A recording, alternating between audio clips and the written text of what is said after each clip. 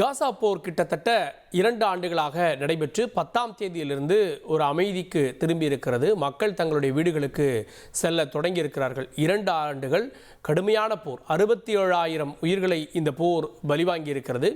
இந்த அமைதி முயற்சியை அமெரிக்க அதிபர் ட்ரம்ப் முன்னெடுத்தார். 20 அம்சங்கள் உடைய இந்த அமைதி முயற்சி இன்று கைகூடியிருக்கிறது.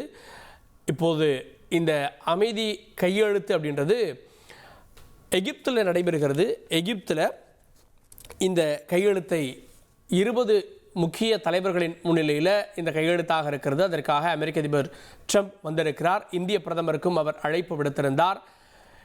இதை ஒரு சர்வதேச அமைதி மாநாடாக மாற்றியிருக்கிறார்கள். ஏன்னா இந்த மாநாட்டினுடைய இந்த 20 பேர் கலந்து கொள்வதனுடைய நோக்கம் அப்படின்றது இஸ்ரேல் காசா அமைதி ஒப்பந்தம் தான். ஆனால் இதை சர்வதேச அமைதி மாநாடாக எகிப்து மாற்றி இருக்கிறது.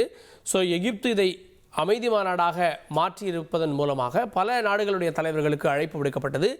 இறுதி நேரத்தில் தான் இந்திய பிரதமருக்கு அழைப்பு விடுக்கப்பட்டதால் இந்திய பிரதமர் இதில் கலந்து கொள்ளவில்லை. அதே நேரத்தில் இந்திய அரசுடைய பிரதிநிதி, வெளியுறவுத்துறை இணை செயலாளர், வெளியுறவுத்துறை இணை அமைச்சர் கலந்து கொள்வதாகலாம் தகவல் வந்திருக்கிறது. இதில் யாரெல்லாம் நம்முடைய பிரதிநிதிகள் கலந்து கொள்கிறார்கள்?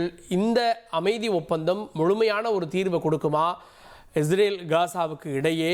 இதை ஹமாஸ் ஏற்றுக்கொள்ளவில்லை அப்படின்றதையும் நம்ம பார்க்குறோம். ஏன்னா இன்னும் அவங்களுக்கு நிறைய தயக்கங்கள் இருக்கிறது அப்படின்ற நிறைய கேள்விகள் இருக்கிறது. செய்தியாளர் பாரதி ராஜா கூடுதல் விவரத்தோடு இணைகிறார். பாரதி ராஜா, எகிப்தில் சரம் அல் ஷேக் அப்படின்ற இடத்துல இந்த சர்வதேச அமைதி மாநாடு நடக்கிறது. இந்த மாநாட்டின் நோக்கம், இது எந்த தீர்வுக்கு இட்டு செல்லும், விவரிங்க. பார்க்கணும். இந்த மாநாட்டினுடைய ஆரம்ப புள்ளி என்ன அப்படின்ற பாத்தீங்கன்னா 2023 அக்டோபர் 7 முதல் முறையா ஹமாஸ் முன்னெடுத்த தாக்குதல். ஹமாஸ் இஸ்ரேல் மேல தாக்குதல் நடத்துறாங்க.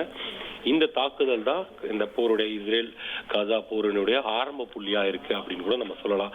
2 வருஷமா இந்த நீடித்து வந்த போர் கரெக்டா அக்டோபர் 8ஆம் தேதி ஒரு முதற்கட்ட முடிவுக்கு வருது. அன்னைக்கு சமாதான ஒப்பந்தம் அப்படின்ற ஒரு பேச்சு நடக்குது. 10ஆம் தேதி போர் நிறுத்தம், அக்டோபர் 10ஆம் தேதி 2025 போர் நிறுத்தம் அமலுக்கு வருது. ட்ரம்ப் இதை அதிகாரப்பூர்வமா அனௌன்ஸ் பண்றாரு. இன்னைக்கு அந்த ஒப்பந்தமானது கையெழுத்தாக இருக்கிறது. எங்க? எகிப்துல கையெழுத்தாகும். இது ஒரு அமைதி மாநாடாகவே ஏற்பாடு செய்யப்பட்டிருக்கிறது. வெறும் இஸ்ரேல் காசா அந்த விவகாரம் மட்டும் இல்லாது இந்த மாநாடு என்பது பல்வேறு நாடுகளுக்கு போர் நிறுத்த ஒப்பந்தத்திற்கு ஒரு அடித்தளமாக இருக்கணும் அப்படின்ற வகையில தான் பல நாட்டு தலைவர்களுக்கு இந்த மாநாட்டுக்கு அழைப்பு விடுக்கப்பட்டது. இதுக்கு முன்னதாக, இந்த மாநாட்டுக்கு போறதுக்கு முன்னதாக இஸ்ரேல் வந்திருக்கிறார். தற்போது அதிபர் ட்ரம்ப் அவர்கள் இஸ்ரேல ஜெருசலம் நகருக்கு வந்திருக்கார். அவர் என்ன முதல் முக்கியமான விஷயம் அப்படின்னு பாத்தீங்கன்னா, அவர் புறப்படும் போதே, அமெரிக்காவிலிருந்து புறப்படும் போதே போர் முடிந்து விட்டது அப்படின்ற ஒரு விஷயத்த சொல்லிட்டு தான் அவர் விமானத்திலேயே ஏறுறாரு.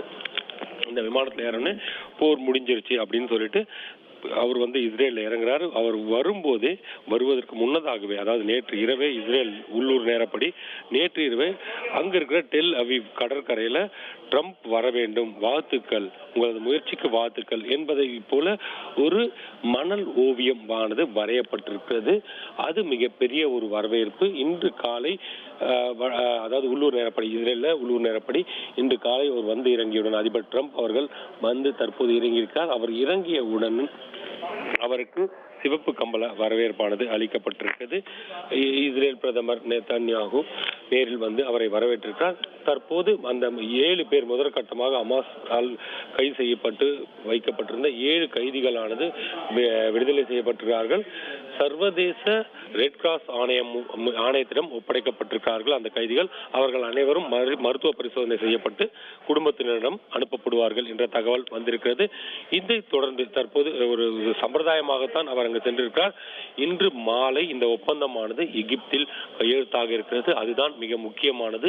இது இஸ்ரேல் காசாவுக்கு மட்டுமல்ல, அடுத்து வரும் பல்வேறு நாடுகளின் போர்களுக்கு ஒரு முன்னுதாரணமாக இருக்க வேண்டும் என்பதற்கான ஒரு அமைதி மாநாடாகத்தான் பார்க்கப்படுகிறது. 1,23,00,000 மனங்களை வென்ற தந்தி டிவி யூடியூப் சேனல். தவிர்க்க முடியாத தம்ப்நெயில்ஸ், கலக்கலான கான்டென்ட்ஸ். நீங்களும் இந்த குடும்பத்தில் இணைய இப்பவே சப்ஸ்கிரைப் பண்ணுங்க. அசுரபலம் கொண்ட எங்கள் டிஜிட்டல் கரங்களில் உங்கள் விளம்பரங்களை சேர்க்க வாட்ஸ்அப் பண்ணுங்க. 8939888838. Email advtanditv@dttv.in.